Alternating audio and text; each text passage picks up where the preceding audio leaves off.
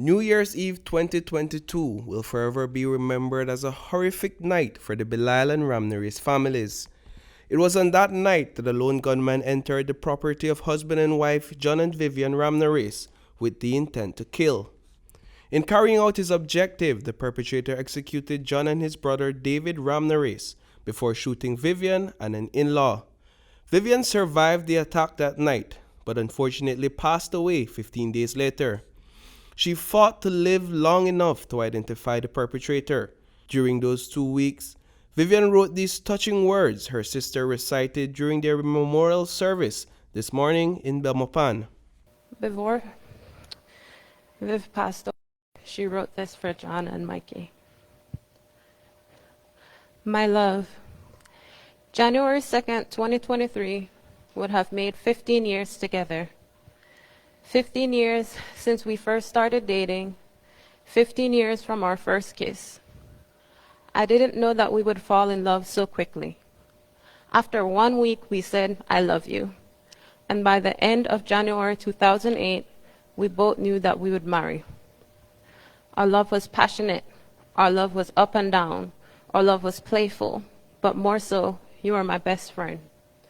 There is no greater relationship than one based on love and friendship. John, thank you for the past 15 years. Thank you for the memories and experiences. I will always love you, John, and I will try my best with Caitlin to ensure she remembers you and Mikey. Remarks from friends and colleagues of the deceased at today's memorial service made the event an even more somber one. It became quite evident that their impacts stretched far beyond the boundaries of their small community. From all accounts, John, David, and Vivian had envisioned a future filled with life and purpose up until the time of their passing. To John, my son-in-law, thank you for loving my daughter and for giving us Caitlin.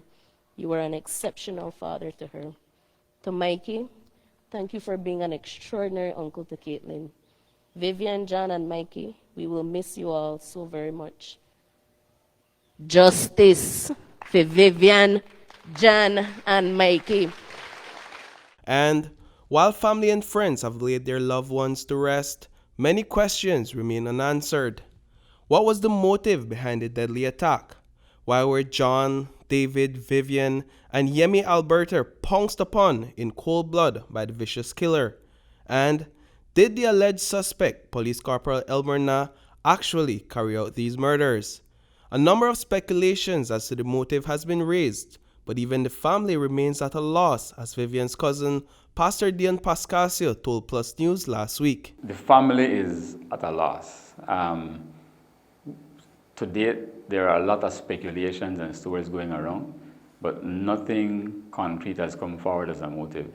But it's troubling for us because even Vivian herself, she remained conscious, this whole while, and in all the discussions, even Vivian, could not come up or put her finger on anything to say that this could have been the motive behind it. So the entire family, we're at a loss, and Vivian died not knowing what motive there was, As questions continue to mount, Commissioner of Police Chester Williams has not publicly divulged any conclusive findings. As I said before in an interview I gave last week, there are many things that we have done and that we are doing that I will not say to the public in the interest of maintaining the integrity of the case and to ensure that the lives of witnesses or potential witnesses is not put at risk. As for the accused, he maintains his innocence in this shocking crime.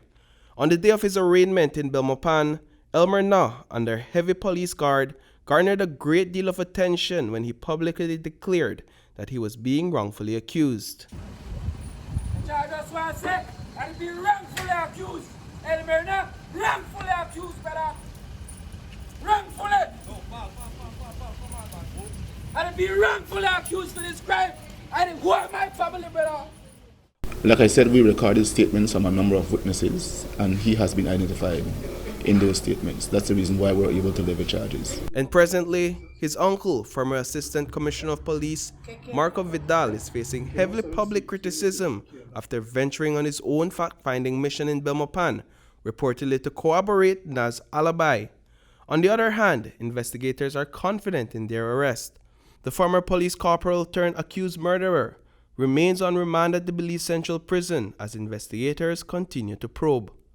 Reporting for News 5, I am Paul Lopez.